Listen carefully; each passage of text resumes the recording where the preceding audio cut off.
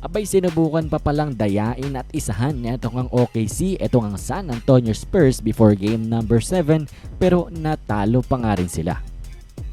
I was tossing and turning for a little bit for sure, but I mean, I know I got to get good sleep because I know they're going to be playing music out there at that park trying to keep us up. So I was trying to get as much sleep as possible. Yeah, what are the emotions like right now? Well, sa pre-game interview neto ni Devin Vassell before game number 7 ay ini-reveal niya nga dito sa mga reporter na nag-i-interview sa kanya na before game number 7, the night before game number 7 ay meron nga daw mga OKC fans na nasa labas ng kanilang hotel at nagpapatugtog ng malakas. Well, ayan ang paraan nga ng OKC Thunder fans para hindi makatulog itong ang mga Spurs players at maapektuhan nga ang kanilang paglalaro sa game number 7.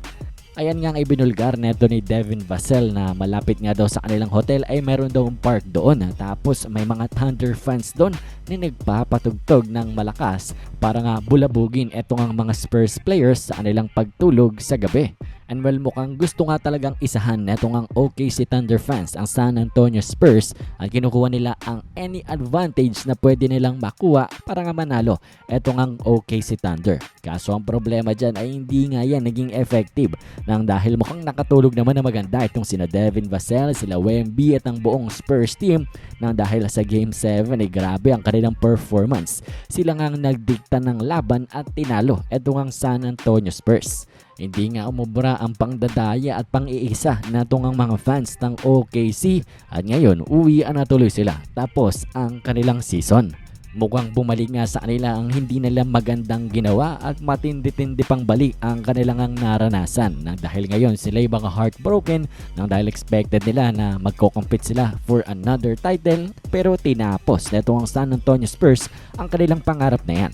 Anyways, isama na nga rin natin itong ang video clip na ito kung saan ito ang naging kaganapan sa loob ng Spurs locker room after advancing to the NBA Finals. Silipin natin ng saglit. We're going to the final, baby.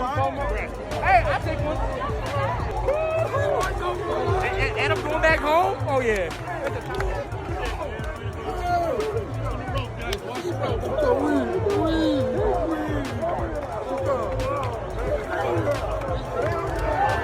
One more.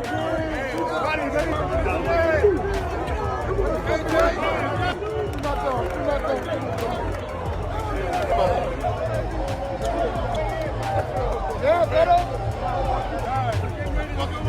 Anyways, kayo ba na bang masasabi nyo dito nga sa ginawa ng mga OKC Thunder fans na sinubukan pa palang dayain etong ang Spurs para sila'y manalo at makakuha ng advantage pero at the end, talo pa rin.